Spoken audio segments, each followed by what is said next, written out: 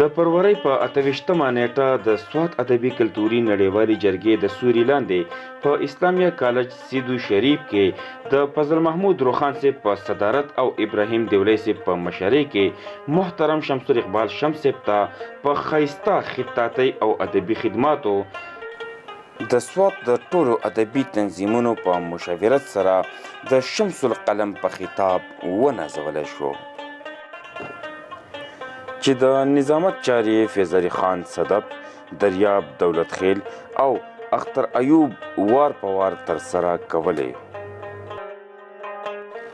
د نمایش دپاره پکې د شمس صاحب د لاسو لیکلي قلمي فنفارې هم پرتې وې.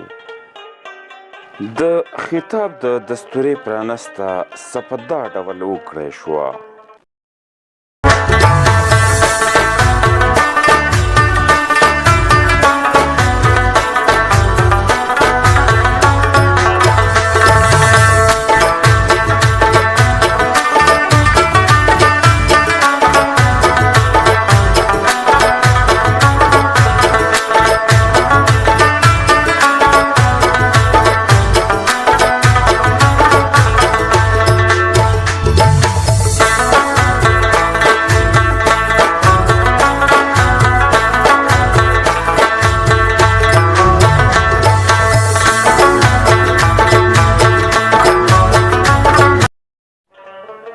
او د مختلفو تنظیمونو لخوا نوموړی په ایوارډونو هم ونازولی شو او ځینې ملګرو د عقیدت پیرزونې په خپلو نظمونو کې سپدا ډول ډالۍ کړې.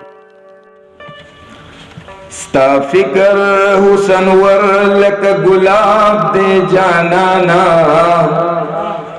ستا فکر حسن ور لکه ګلاب دې جانانا، او ستا هر فن پر د ژوند کتاب دې جانانا.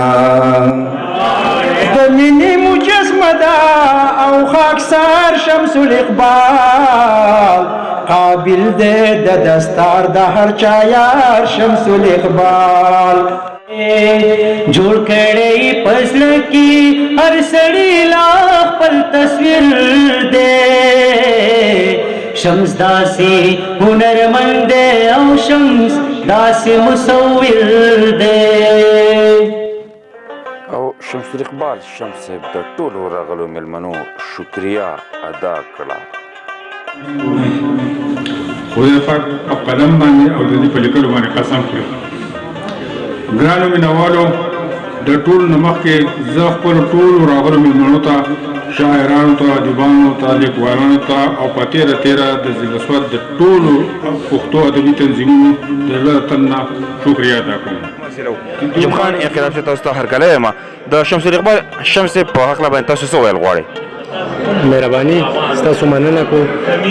شمس الاقبال شمس صاحب یو ډېر ښه انسان دی، یو ډېر عجزه او په دغه چې کوم فن دی هغه یوازې په سوات کې نه، د سوات نوم یې روښانه کړو، خو په ټوله دنیا کې د هغه یو پهچان دی او دا ګټه یې زمونږ پښتنو له راوړې ده. موږ د هغه ډېره شکریه ادا کوو او مبارکي ول هم ورکوو هغو ته چې د کوم ایوارډ میلاو شو، په هغې بار بار مبارکي ورکوو. اخر کې فضل محمود روخان صاحب او ابراهیم دیولی صاحب او ګڼ شمېر نورو ملګرو د نوموړي د فن او ادبي خدماتو ستاینه وکړه. هم دې سره دا تقریب پای ته ورسېدو. حمید الرحمن همدرد، مشال ټي وي، سیدو شریف، سوات.